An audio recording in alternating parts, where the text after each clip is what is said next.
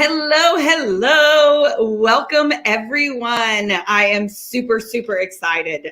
This is the first episode of Ignited Prep's summer series of Meet the Industry Expert. I am your host, Tanya Bennett, and I am the founder and CEO of Ignited Prep, the online hospitality academy for hourly associate development. My co-host today is a trusted partner of Ignited Prep and our operations consultant, Marie Genevieve Pollock. She is the founder and CEO of Prime Alchemy Group. Just a little housekeeping before we get started. We will be saving some time towards the end of our show for Q&A. So if you would like to ask a question, please make sure you type the question and your name. So without further ado, let's introduce our first guest and very dear friend of mine, Scott Taylor. Scott is the President and Chief Operating Officer of Walk-On's Enterprises Operations. During his tenure with Walk-On's, Scott has led the organization in systemization of all brands, successful partner buyout, and the investment and buy-in of Drew Brees in May 2015.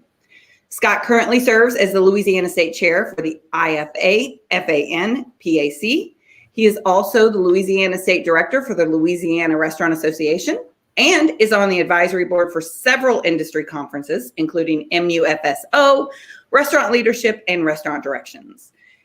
He also serves as an advisor for the LSU EBV. So for those of you not from Louisiana, that is an entrepreneurship program for disabled veterans. Scott is a proud graduate of the University of Florida and is currently pursuing his MBA from the University of Louisiana. He resides in Baton Rouge, Louisiana, with his wife, Michelle, and two children, Savannah and Clay. So hello, Scott. Welcome. Thank you so much for joining us. Who is that guy you're talking about? That's not me. He's impressive, that guy. Right? Yeah, right. He sounds really awesome. Yeah, that's cool. He is. He's kind of swell. That's what they say. The word on the street is. Word on the street, huh? That's cool. So, Scott, we go way back. Yeah. Well, we go way back, and I want you to share a little bit. I've watched your career flourish, and you know that I'm one of your biggest fans. But I would love for you to share some insight on Walk-Ons, kind of that story on how you joined them and how you have. I mean, it's been pretty amazing to be in Louisiana and watch it grow and watch all of the obstacles and things that you've gone through. So please tell the viewers a little bit about Walk-Ons and share a little bit.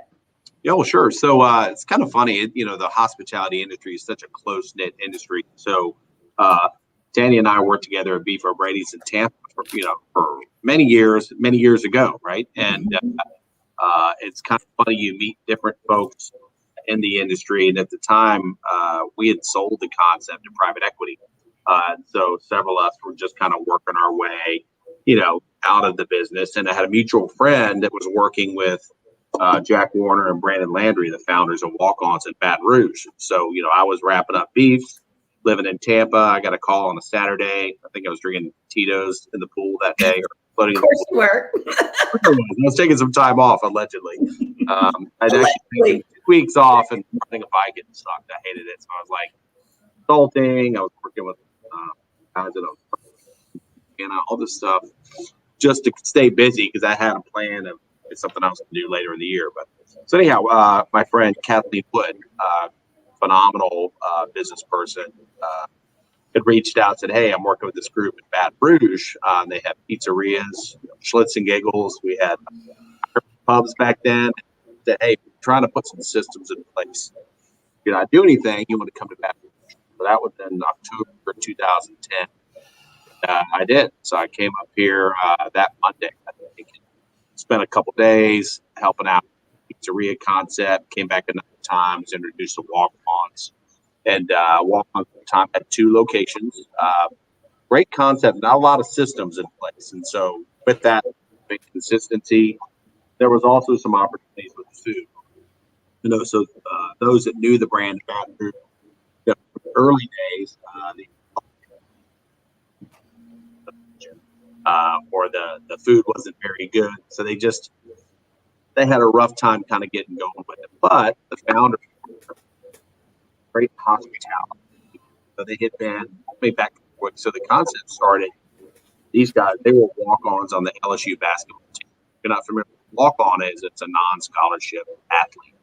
Basically, they played the practice squad, which is an important role because their contribution to the team compared to LSU basketball, like Kentucky, or like Florida, whatever it is, that was their role on the team. And so as they came to this concept of walk-ons, was bringing some of those lessons they learned from playing on the team before.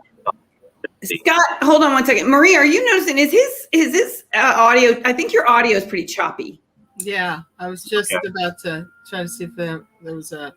I don't know if it's your internet or. I don't know. Okay, that was better. Like maybe just lean in and freeze. Yeah, just hold a little closer to me. Lean in and freeze. Okay.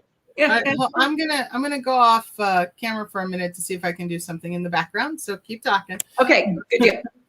Yeah. So the concept started with these two guys, and interestingly, they did it as a school project. The concept of walk-ons at LSU for a entrepreneurial class, and got a C on the project.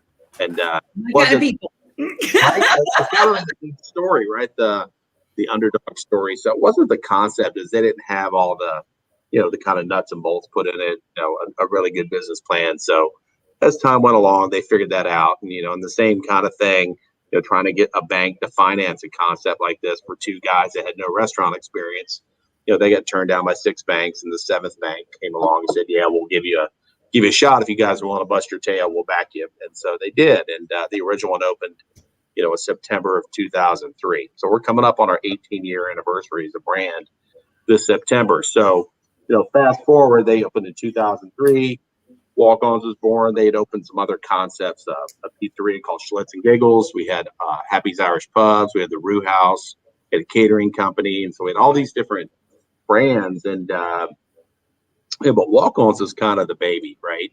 And so, like I said, when I met these guys in 2010, and just realized there was an opportunity to help them out with some systems, it was really as a consultant. I thought I was coming up, doing a friend a favor for a couple days, and didn't even think I was going to get paid. Just was rolling back to Tampa. Like, hey, can you come back in another week?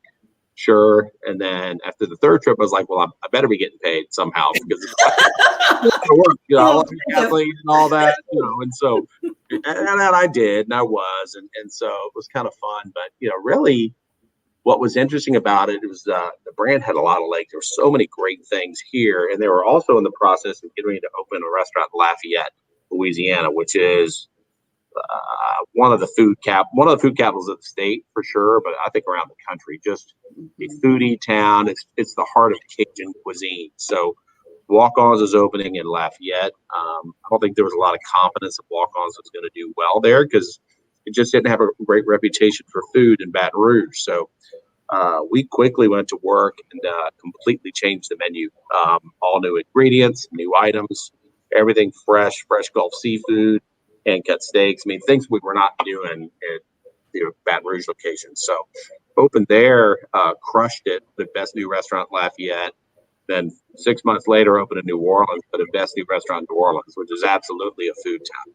And that's what I was going to say. That is a huge feat. A lot of chain restaurants, especially, avoid New Orleans because of that. It's so hard to compete with New Orleans, it's every corner, right? Yeah, exactly. It's amazing food. And so to win best new restaurant, not best new sports bar, best new restaurant was a big deal. And so that told us, man, if we just got the food right, we really had something special. And then, shortly after that in 2012, we were notified we were one of, I think maybe 2,800 sports bars around the country that were nominated for ESPN's #1 sports bar.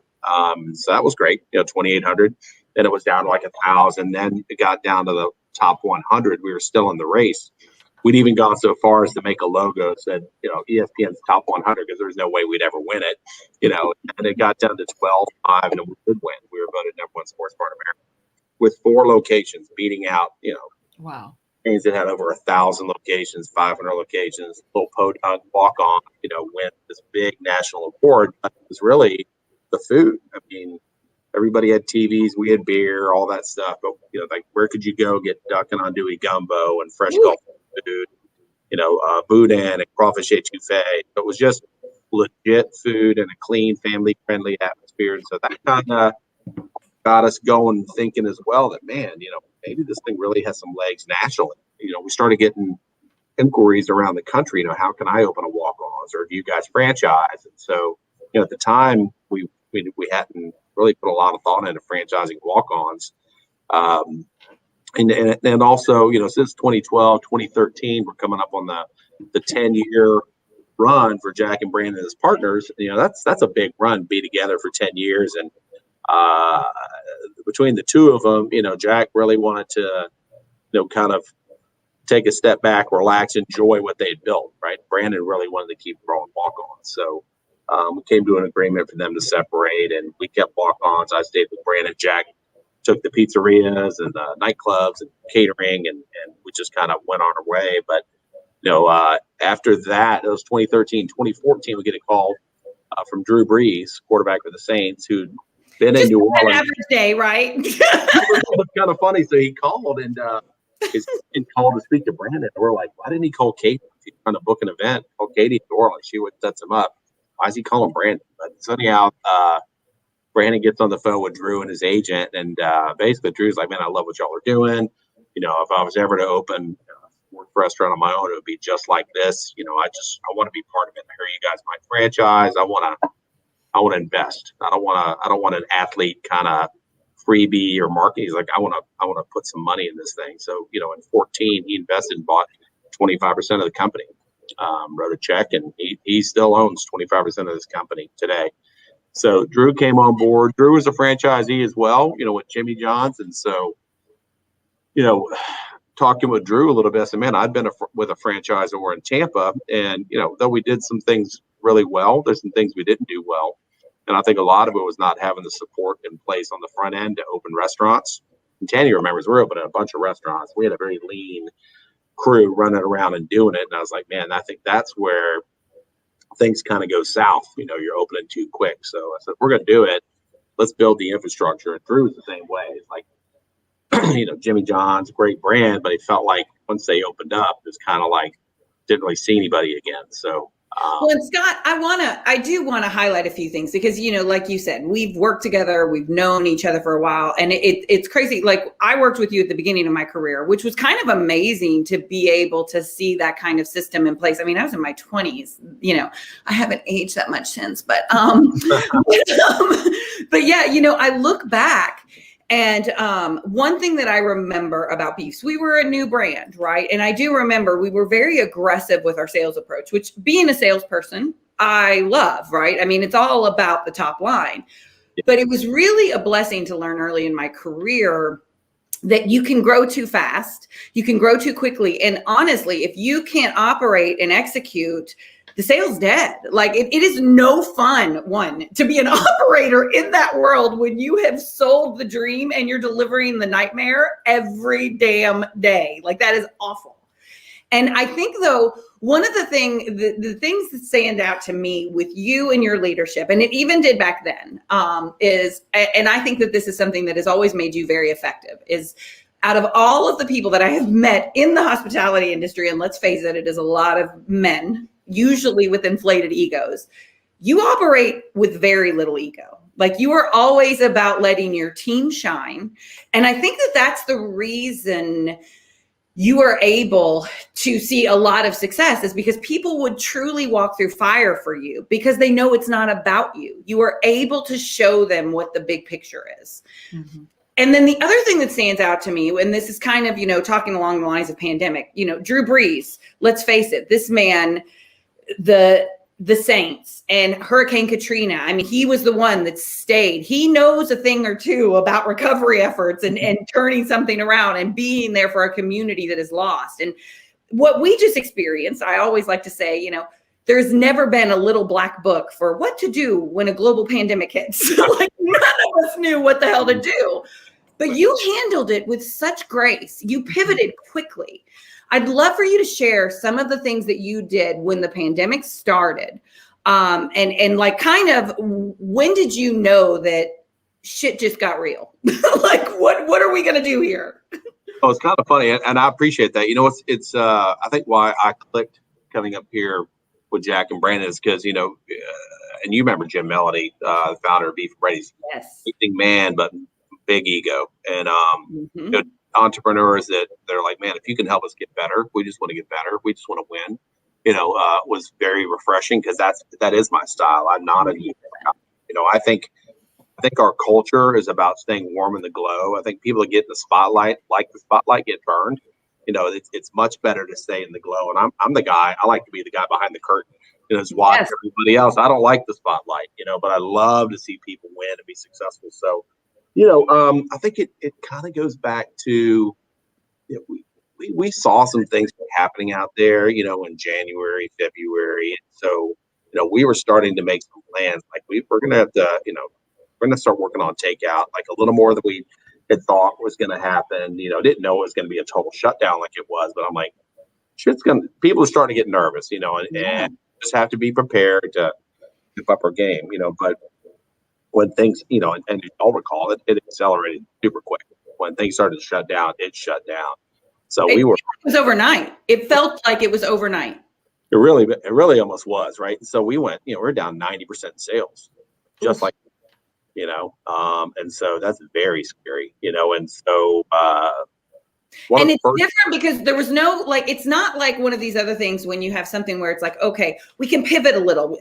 I was with Topgolf at the time, and I thought, this is global level. So it's not like you're just, like 9/11 was primarily, it affected everyone, but there were some areas that were affected more than others.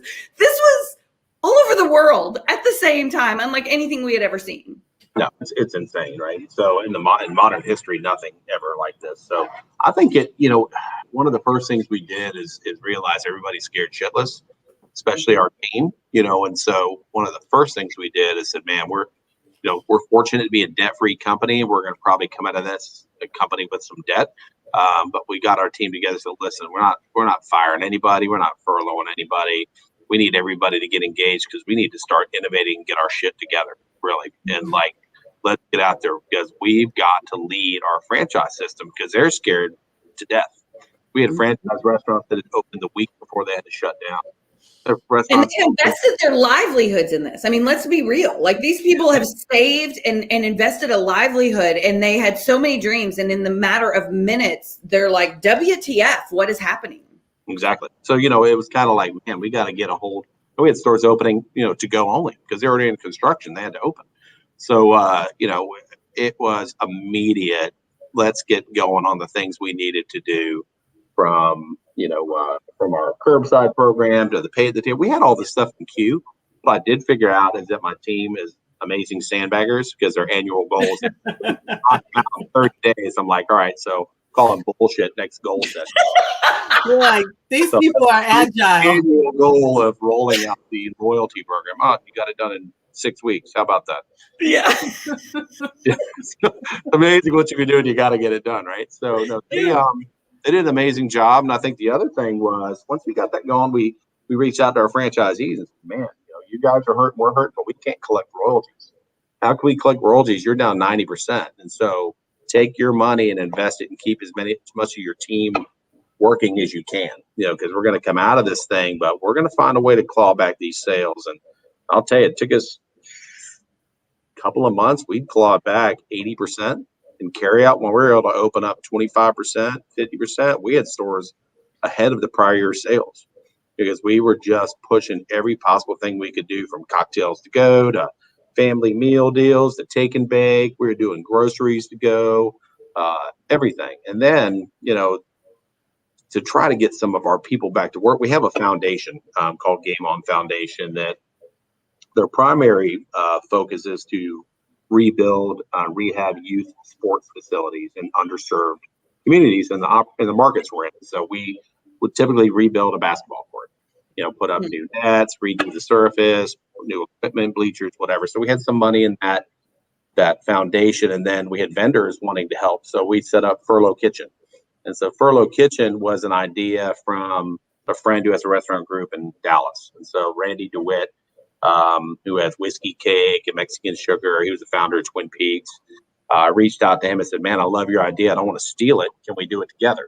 And I think 2 days later, we were on an ideation call with his marketing team and our marketing team. And we're competitors. So like we're on a call with their team. Let's figure out how to craft this. You got one location in Dallas, you're doing it. We want to do it in 8 locations in different states. Let's partner. We set up a joint website where you could get donations if it was going to Dallas or it was going to Baton Rouge or Birmingham or wherever we were. So, we fed, thousands of people that were unemployed. It started out as hospitality workers. It turned out to be just anybody who was hungry. And then, of course, you guys remember Louisiana was blessed to get hit with 7 hurricanes last year. So, how lucky are we? So, So then we rolled out, relief kitchens. So we were in Lake Charles twice, and then we were over in the Mississippi and the Gulf Coast, just feeding people that had no food or bringing bottled water or doing whatever it was. So, restaurant people, we know how to feed, right? That's kind of our job. That's our jam. And then also it allowed us to hire people back.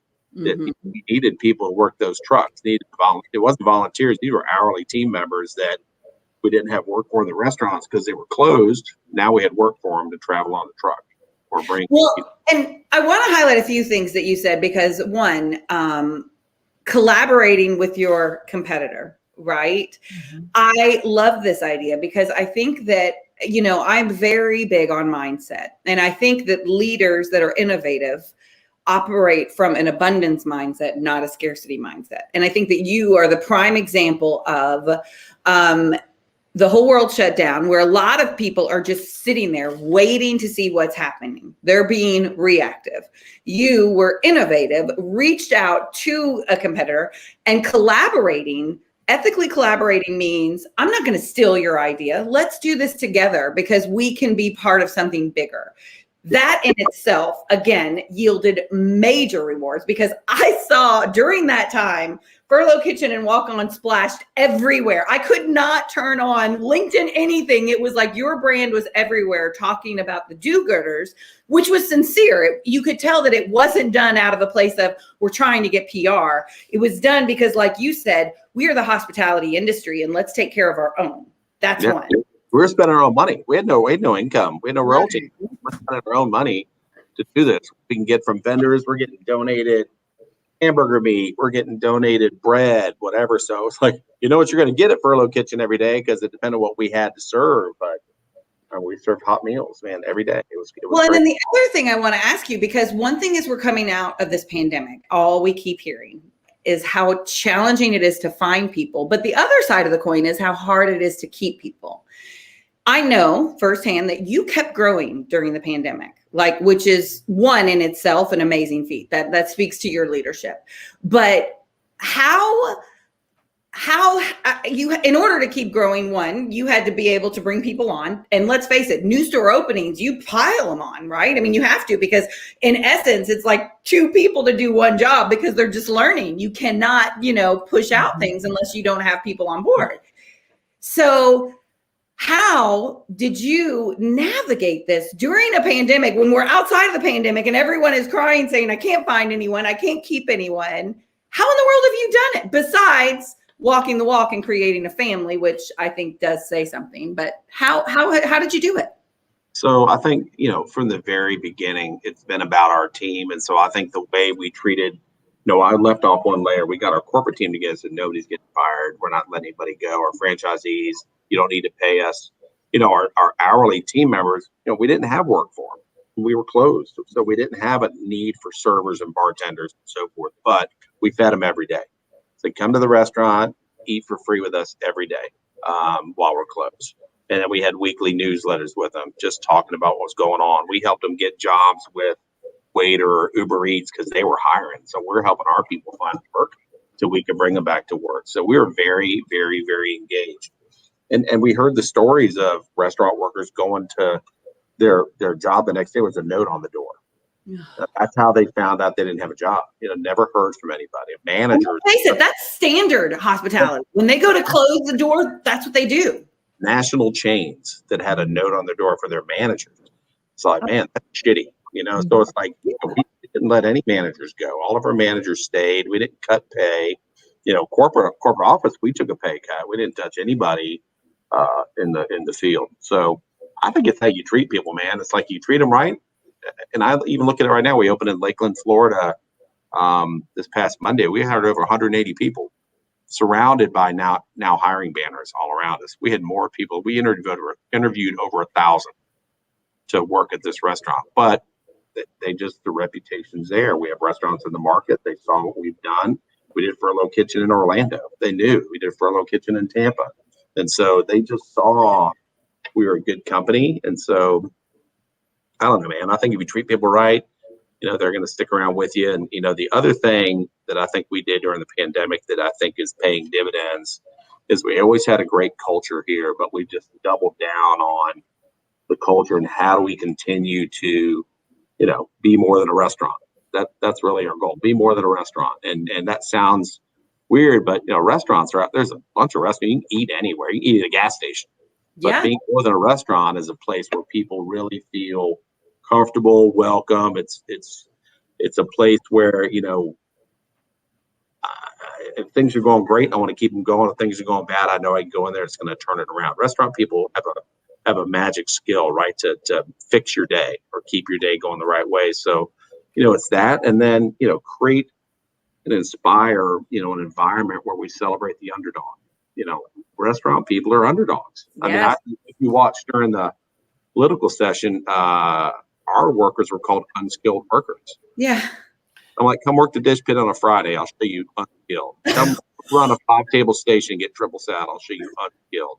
Yeah. And that's something that I want to interject on that, because I think that's a huge part of how you've been able to keep people, is that of all the people that I've spoken to in different industries, I think your restaurant understands that these are professional, skilled labor, not unskilled.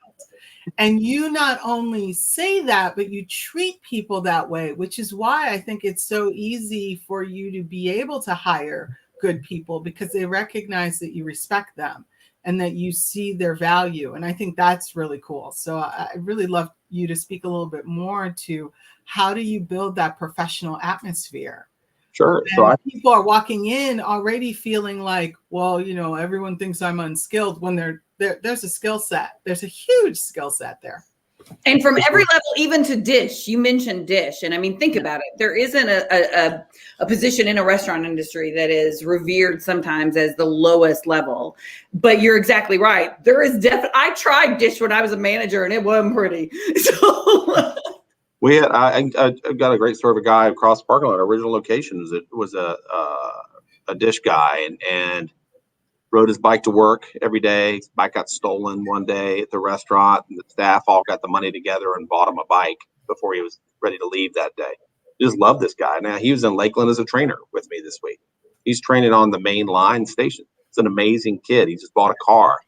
So I think it's, for those of us been in the business, how many times did your parents say, when are you going to get a real job? You still doing that restaurant thing? It was never been thought of as like a real career. Well, it is a real good career. Like I can tell you, I've been doing it a long time, and my job doesn't suck. And I do okay. So I think once you get your team coming in and say, man, we got a path. So at Walk-Ons, we have a blue chip program, and it's basically the opportunity. So if you're working in one of our restaurants, we're looking for something in someone they don't see in themselves. And when we identify it, it could be, we just want to help you on your path because you want to be an attorney. You're going to learn life skills here at this restaurant. You're going to learn how to treat people. I think everybody should work in a restaurant at some point in their life. You understand hospitality and being nice and you got to put up with crap that we put up with a lot of times. And sense of urgency. I say all of the time, my sense of urgency is, like I had a master's degree, but I will tell you, and my first job out of grad school was working with Steak and Shake, and I opened up their Texas division. And they, at the time, had this big push that they were trying to get master's candidates, right? MBAs, right? Well, it got the worst reputation because a lot of MBAs just wanted to go sit in an office and they wanted to crunch numbers. That does not work in the hospitality industry. Like, you got to be out there. Like I said, I was in the dish pit. I've never had so much milkshake slinging off my nose. It was awful. Yep. But you're exactly right. When I transitioned into sales, what I realized that elevated me among a lot of my counterparts that I was selling against no one could compare to my sense of urgency. If I was always proactive with, if a client needed something, they were going to hear from me before they even knew they needed it. And I think that the restaurant industry, like, you have to breed that. You have to know, we got a rush coming in. Are we prepared?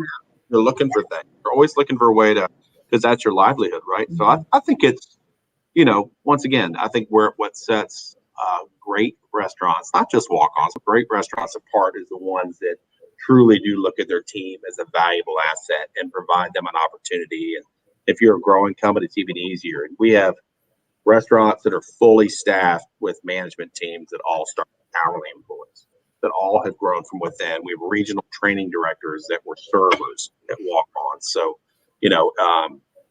that, I think that's the deal, man. You want to keep people, take care of the people you have. You want to attract more people, let them see that kind of stuff. And that's where, we do share a lot of that stuff on LinkedIn. We share it on TikTok. We do it everywhere, but it's like, come see the path. You can have a career in this industry. You don't have to go somewhere else. And I think a lot of people start in this. They just go somewhere else because they feel like it's not, a good career opportunity. But well, that is, that's interesting. I've been doing a lot of studies and presentations lately on where we are as far as what's happening, right? And really what's happening right now is something that we've also, on the backside of the pandemic, we've never seen it before, but I read 77 million baby boomers were expected to finally leave the workforce by 2030. Well, that's been expedited, right? So now they're leaving. So that there's literally only about 500,000 Generation X. So by 2025, the expectation is that there will probably be, or I guess the forecast is that there will be 75% of millennials in the workforce. 48% of Generation Z, which is right behind them, are non-Caucasian. So we're in dynamics right now, one, where we've got 4 different generations all in the workforce. One is clearly on their way out. But what you just touched on, and, going into what life looks like post-pandemic, we know that we've already talked about some of the issues that a lot of, not just restaurants, I think companies in general are seeing, of finding people, right? But millennials, one of their top things, they are not money driven. What they care about is, show me a path. Show me, because think about it. All we've heard for the last 10 years is millennials aren't prepared. They can't get jobs. They went to school. They bought the American dream, just like a lot of us did. They got out. They're like, where are the jobs? There's no jobs, right? And so they have been in these entry-level jobs for so long. And so I see a big skills gap, right? But companies like what you're doing, the innovation of the blue chip program, of truly, I've seen a lot of companies say that they promote from within, but let's face it, they promote from within only because it's cheaper, so that they can bring in all the talent at the big money, right? Oh, yeah. I think you promote from within for a couple of reasons. If your culture is important, which ours is, you get a chance to see if you fit our culture. We'd much rather take someone from the team that gets the culture. We can teach them anything. Even if we're opening a new restaurant, we it's kind of fun. Our hiring trailer and all is all about games. We like to see the ones that'll ride the tricycle or want to play with the Papa Shot because they've got personality. We can teach them walk-on. So it's like, the culture is so important. I think that's why you hire from within. And not cheap. I don't think it's anything cheaper, because it's not like you cut their training. You still teach them the things they need to learn. But I don't know. I think having a good culture that's wholesome, that's healthy, that people feel like they belong in, that's authentic. And like I said, it's for us, it's the underdog. That's the walk on. And I think everybody has a story. So from a customer standpoint, they can relate to that. It's. I think people gravitate to that story, and they see our team and what our team does, and it's a very diverse team. We even continue to work on our uniforms where they're more inclusive, because we don't want someone to not feel comfortable because they don't want to wear a certain outfit. And so, just like I said, it's all about the team and making them feel like they're part of something that's bigger than themselves. So that's what being on a team is, right? It's not about individuals. Teams work together. Exactly. Everybody uses the word team. It's such an overplayed word, unless you really live it. But we are a team, 100%. So that's interesting. So in terms of the corporate space, you've really built a culture. How are you able to translate? Because I know you do.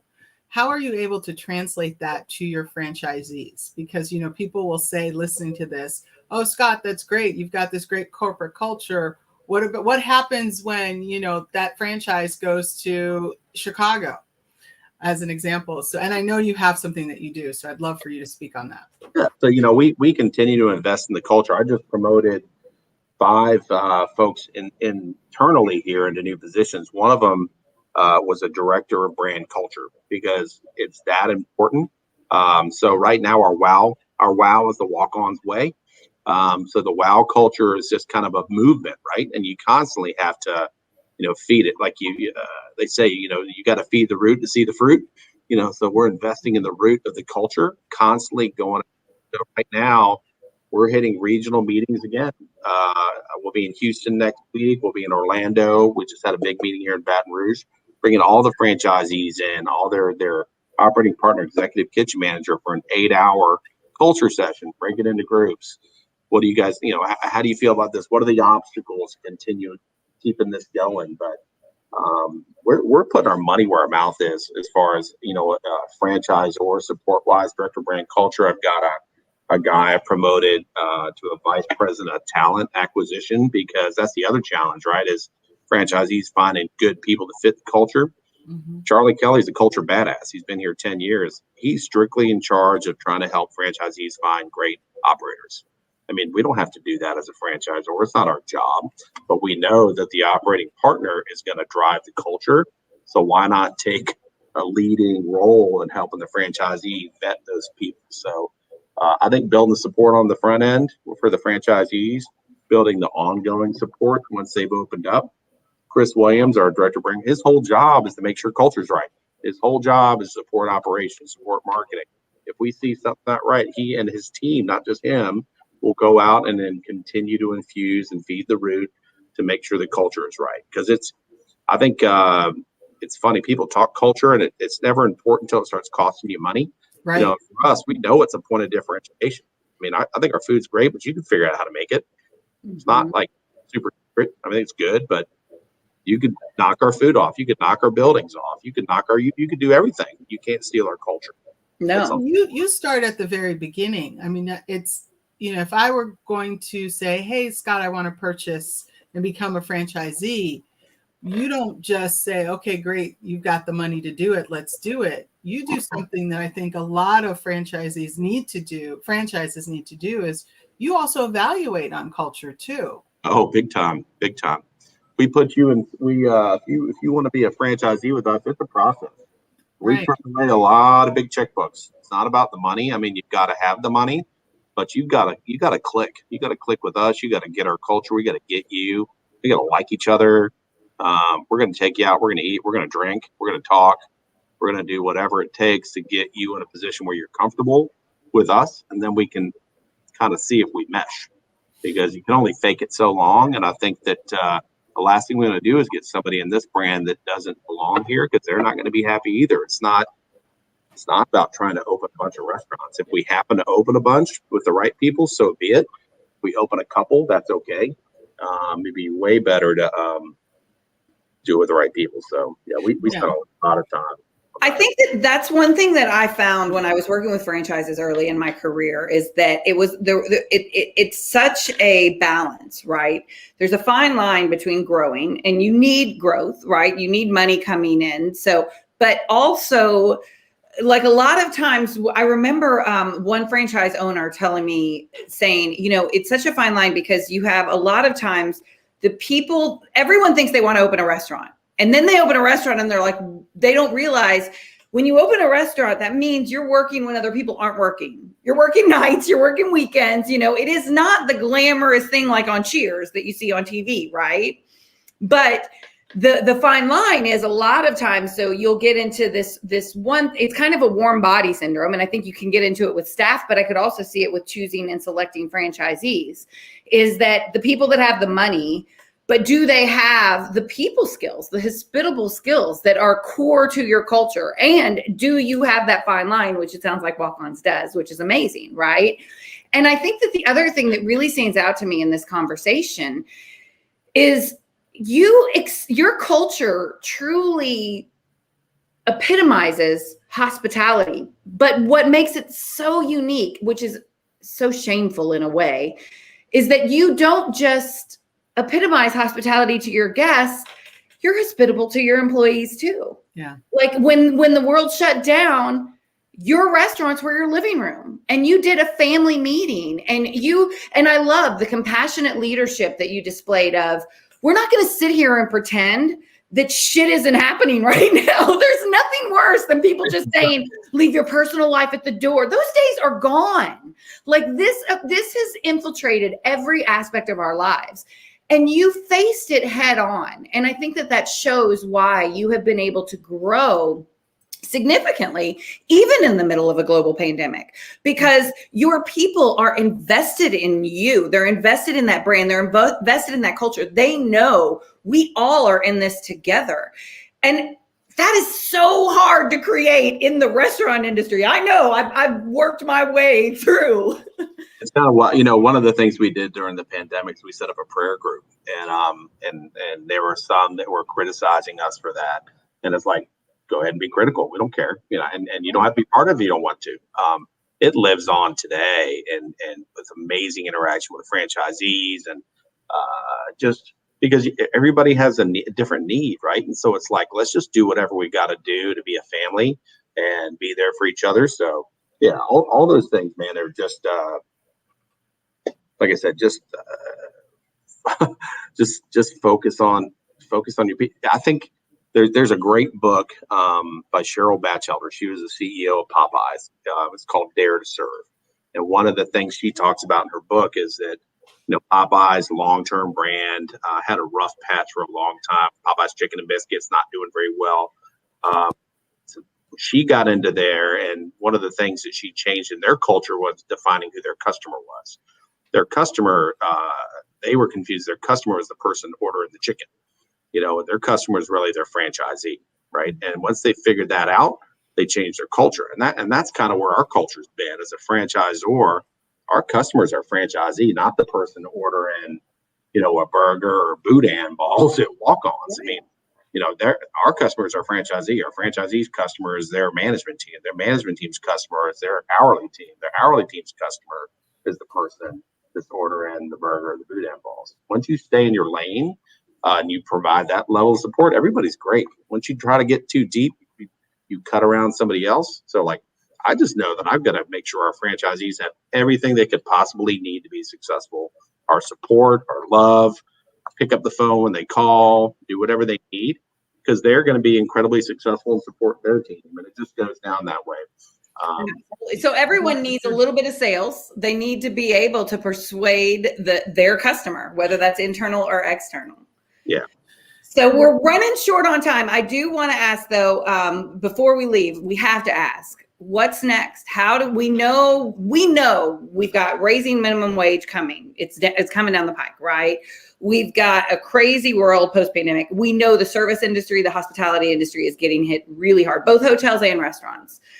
You have weathered this storm. How do you weather out of it? What's the plan? What's innovation? What does it look like post-pandemic? So I would just say everything you've done to this point, you need to keep doing it. I think you see brands kind of rolling back on some of the conveniences they had for customers during the pandemic. That's just kind of the new standard. Like, you got to keep that and go from there. You got to continue to, provide value in the right ways. It's not necessarily price. But I think one thing we did learn is that casual dining and people interacting in a restaurant is not going to go away. Nobody likes to get locked down.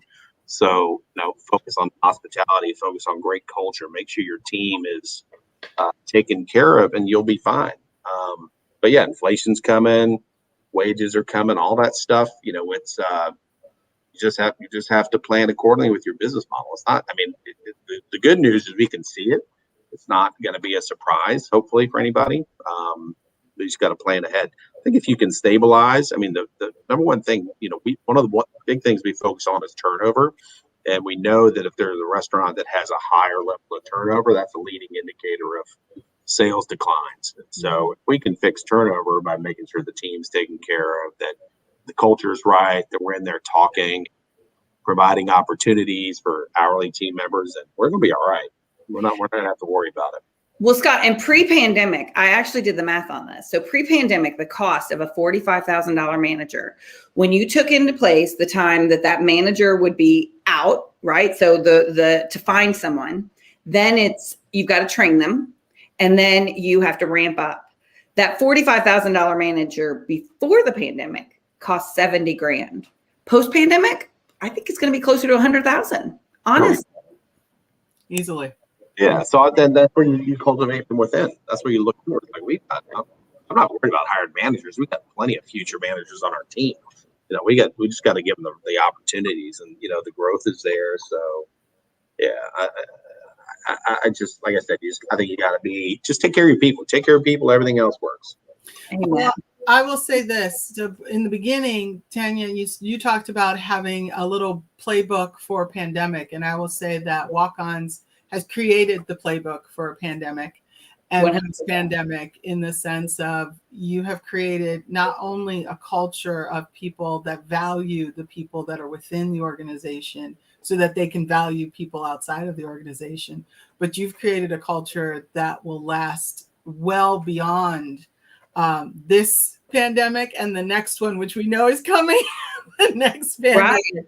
Right. And so I just want to thank you so much for the time and just the education. I will say there's been so many great takeaways from this, but the big one is the culture matters. People matter. People matter. Culture matters. Yeah. All day. Well, and yes, and I just want to take the time again thank you, Scott. I always love having you on. Your innovation is what has always inspired me. And I saw that early in my career. I've always looked up to you. But I think, some of the big lessons today that we can take away from this is that, being proactive. We are in the hospitality industry. Don't wait to see what happens. If you're doing that, you're already behind the bus, and the bus is coming for you, and it ain't going to be pretty. You're not going to be asked to get on it. And then I also think, really embracing hospitality for your people, for your customers. If you take care of your people, everything else takes care of itself. Really utilizing that, the training from within and putting your people first means investing in them and investing and giving them the systems and tools that they need to be successful. So Scott, you Walk-Ons, everyone in your brand at the helm of your leadership. And I'm sure Drew Brees, and I'm sure it's a team effort, and I know you hate the spotlight, but I applaud you for what you've been able to accomplish. That is why I wanted to have you as my first guest, because I think that you are the future of the hospitality industry in general. You ooze inspiration. If we can create a more compassionate business model for people, then I think that we will eliminate a lot of the problems that we see in business in general. So with that being said, thank you for joining us. Super excited. Really enjoyed having you on. Next week, we will be inviting Damon Lawrence, who is the CEO of Homage Hospitality. He will be kind of tackling this from a hotel perspective, because we know hotels and restaurants have been hitting it pretty hard. But Scott, this won't be the end of us, because I'm a stalker on your LinkedIn, and I'm always copying and pasting and sharing your stuff. So please, if you are watching, please make sure that you follow Scott on LinkedIn. Follow the Walk-Ons journey. If you've got a Walk-Ons near you, you're definitely missing out if you haven't experienced it. It is truly a little taste of Louisiana in your backyard. So thank you, Scott. Thank you, Marie. With that being said, we'll see you all next week. See you next week. Take care, guys. Bye. Thanks.